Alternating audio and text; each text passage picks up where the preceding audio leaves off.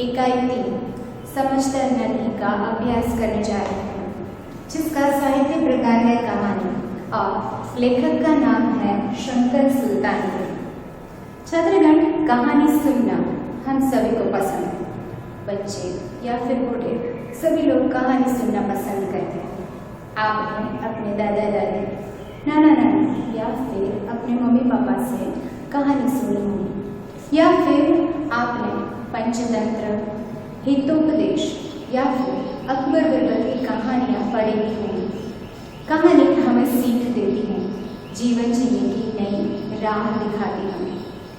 हम लोग ऐसा सोचते हैं कि दया और परोपकार वह सिर्फ मनुष्य के पास ही होता है, वह सिर्फ मनुष्य में ही पाया जाता है, लेकिन ऐसा नहीं है। दया और परोपकार के ऐसे ही गुण प्राणी में भी पाए जाते हैं। यह हमें इस कहानी के माध्यम से पता चलता है, जिसका नाम है समझदार नन्ही। यदि मैं आपसे एक प्रश्न पूछूं कि आपने डंक मारने वाले कौन कौन से प्राणी देखे हैं, तो आपके दिमाग में तुरंत ही उत्तर आएगा, वह है सांप, बिच्छू या फिर मधुमक्खी। उसी प्रकार मैं आपसे यदि ऐसा प्रश्न पूछूं कि आपने पानी के आसपास कौन कौन से पंछी देखे हैं जो पानी में रहते हैं या पानी के आसपास पाए जाते हैं, तो आप तुरंत ही उत्तर देंगे बगुला, बतख या फिर सारस। तो यहाँ पर हमें एक बतख और एक बिच्छू की कहानी दी गई है, जो हमें दूसरे लोगों की भलाई करने की सीख देती है। यह कहानी है समझदार नन्ही, जिसके लेखक का नाम है वह है शंकर सुल्तानपुरी। तो पहले हम लेखक का परिचय प्राप्त करते हैं। शंकर सुल्तानपुरी मूल लखनऊ के निवासी हैं। बाल साहित्यकार के रूप में उनका विशेष योगदान रहा है। बाल साहित्यकार के रूप में उन्होंने विशेष ख्याति प्राप्त की है। उन्होंने सिर्फ बाल साहित्य ही लिखे हैं, बाल कहानियाँ ही लिखी है, वैसा नहीं है। उन्होंने बहुत सारी कविताएं भी लिखी हैं, जैसे कि तपस्वी भारत, खिलौने वाली और बनदेवी का बेटा, वह उनकी विशेष पुस्तकें हैं। उन्होंने 500 से भी ज़्यादा कहानी, उपन्यास, जीवनी, चित्रकथाएं आदि का सर्जन किया है। लेकिन विशेषतः वह एक बाल साहित्यकार के रूप में बाल साहित्यकार के रूप में उन्होंने एक बहुत ही ख्याति प्राप्त की है। उनकी एक कहानी समझदार नन्ही, जो हमारे कक्षा 6 की किताब में दी गई है।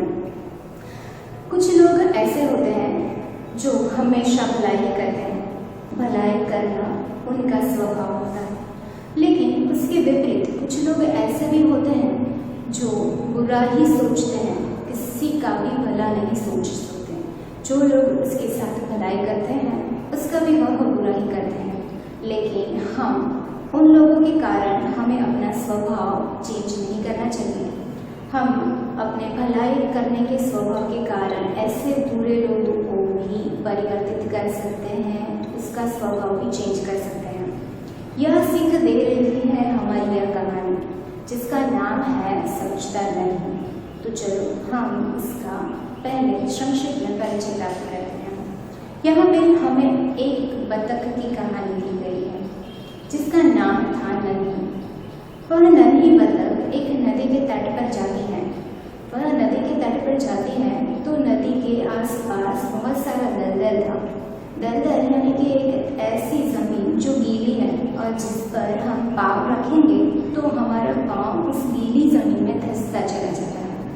तो बहुत सारा दलदल था। उस दलदल में एक बिच्छू फंसा हुआ था। वह मदद के लिए पुकार कर रहा था। नन्ही को बिच्छू पर दया आ जाती है और वह उससे बिच्छू को दलदल से निकाल कर एक सूखे स्थान पर रख देता है। लेकिन जैसे ही नन्ही उस बिच्छू को सूखे स्थान पर रखती है कि तुरंत ही बिच्छू ने नन्ही को डंक मार दिया। दोस्तों, हम बिच्छू को शैतानी समझा और उसने नन्ही को डंक मार दिया। नन्ही पीड़ा से करा उठी। उसने बिच्छू से पूछा, बिच्छू भैया, मैंने तो आपकी जान बचाई, फिर भी आपने मुझे डंक क्यों मार दिया? तब बिच्छू बेपरवाही से, लापरवाही से और बेफिक्री से नन्ही से बोलता है, क्या करूं, डंक मारना तो मेरा स्वभाव है। यह बोलकर वह आगे बढ़ जाता है। नन्ही भी अपनी माँ के पास नदी में चली जाती है। जब आप देरी से आते हो ना, तब आपकी मम्मी आपकी राह देखती है, आपकी प्रतीक्षा करती है। उसी प्रकार नन्ही की माँ भी नन्ही की प्रतीक्षा कर रही थी। पर नन्ही से तुरंत ही पूछती है, नन्ही आज क्यों देर हो गई, कहाँ रह गई थी? तब नन्ही ने बात बताते हुए कहा कि एक बिच्छू दलदल में फंसा हुआ था, मैंने उसकी जान बचाई। तो बहुत ही प्रसन्न हो गई और उसने बधाई देते हुए नन्ही से कहा, यह तुमने बड़ा ही अच्छा काम किया। लेकिन नन्ही ने तुरंत ही अपनी माँ से कहा, लेकिन मैंने तो उसकी जान बचाई, बिच्छू की जान बचाई, फिर भी उसने मुझे डंक मार दिया। तब माँ ने नन्ही को समझाते हुए कहा कि बिच्छू अपनी आदत का गुलाम होता है। आप चाहे उनके साथ जितनी भी भलाई कर लो, लेकिन वह अपनी यह बुरी आदत कभी भी नहीं छोड़ सकता। तब नन्ही अपनी माँ से एक वादा करती है कि मैं बिच्छू की यह गंदी आदत छुड़वा कर ही रहूँगी। कहते हैं ना कि समय है वो गुजरता है और कभी कभी वह हमें उसी स्थिति में लाकर खड़ा कर देता है। उसी प्रकार दोबारा बिच्छू की जान खतरे में पड़ती है। वह एक बार एक पानी की धारा में जाकर फंस जाता है और पानी की धारा में डूबने लगता है। लेकिन जब हम किसी भी ऐसी मुसीबत में होते हैं, तब हमें कोई मदद के लिए चाहिए होता है, और वह भी एक ऐसा व्यक्ति जो हमेशा हमारे साथ खड़ा होता है। इसीलिए बिच्छू को तुरंत ही नन्ही की याद आ जाती है। वह नन्ही को पुकार करता है। नन्ही उसकी पुकार सुन लेती है और तुरंत ही वहाँ पर जाकर पहुँच जाती है। वह देखती है कि बिच्छू है वह पानी की धार में फंसा हुआ है और डूब रहा है। वह उसे बचाने के लिए आगे बढ़ती है, लेकिन तुरंत ही वह पीछे हो जाती है। वह सोचती है कि मैं अब इस गंदे स्वभाव वाले बिच्छू को नहीं बचाऊंगी। बिच्छू पुकार करता है मदद के लिए। बिच्छू को नन्ही को कहता है और नन्ही को दया आ जाती है। वह बिच्छू को फिर से बचाती है। वह बिच्छू को पानी की धार से निकाल कर सूखे स्थान पर रखती है। लेकिन बिच्छू अपनी गंदी आदत का गुलाम होता है। वह नन्ही को डंक मारने के लिए आगे बढ़ता है। अब नन्ही बिच्छू की यह आदत समझ जाती है। वह तुरंत ही बिच्छू से कहती है, क्यों बिच्छू भैया, क्यों रुक गए? डंक मारना था, मारो ना। बिच्छू अपनी शर्म से पानी हो जाता है। वह लज्जित होकर बोलता है कि नन्ही, मैंने तो हमेशा तुम्हारा बुरा ही सोचा है, तुम्हें हमेशा डंक मारा है, फिर तुम मुझे बार बार क्यों बचाती हो? तब नन्ही बिच्छू से कहती है कि जैसे ही बुराई करना तुम्हारा स्वभाव है, वैसे ही भलाई करना मेरा स्वभाव है। तुम्हारी इस बुरी आदत के कारण मैं अपना स्वभाव क्यों बदलूं? और वह तुरंत ही बिच्छू से, मैं मुसीबत में पड़े को बचाती हूँ, यह मेरा स्वभाव है, और डंक मारना तुम्हारा स्वभाव है। देखते हैं कौन चिंता है। अब बिच्छू शर्म से पानी हो जाता है और वह नन्ही से कहता है, बहन तुम जीत गए। आज से मैं किसी भी निर्दोष जीव को डंक नहीं मारूंगा। नन्ही खुश हो जाती है और फिर से वह नदी में चली जाती है। फिर से उसकी माँ उससे पूछती है, नन्ही बेटा आज कहाँ रह गई, क्यों देर हो गई?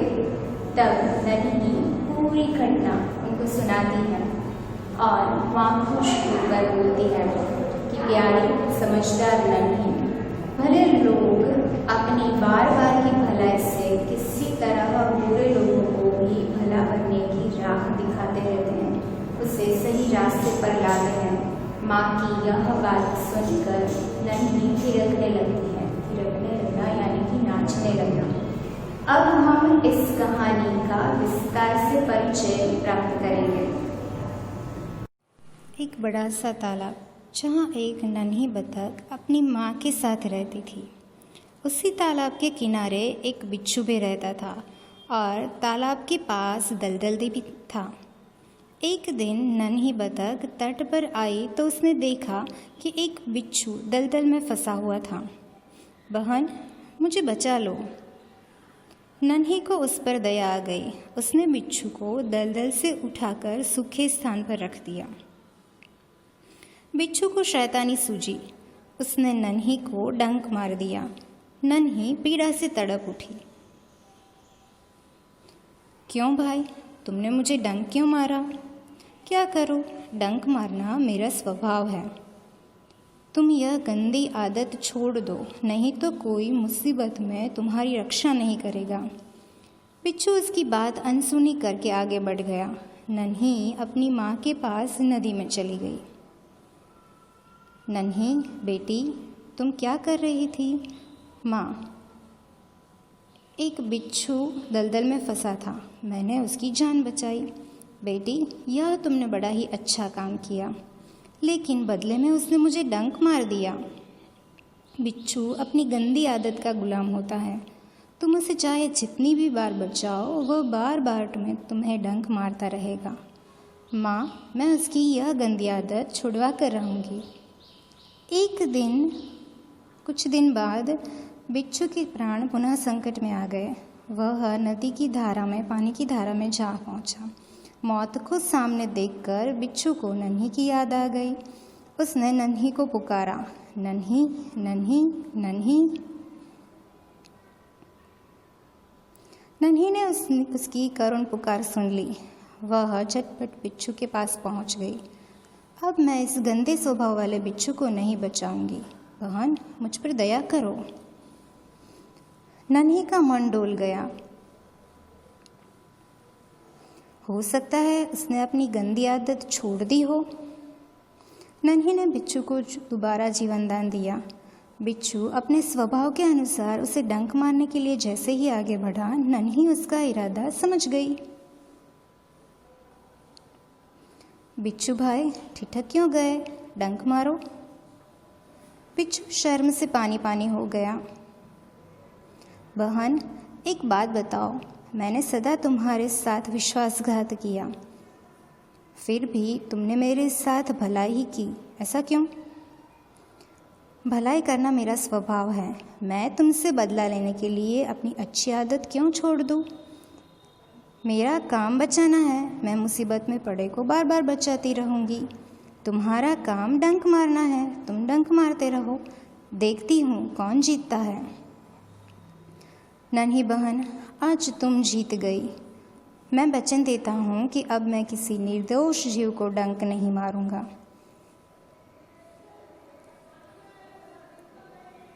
बेटी, कहाँ देर कर दी?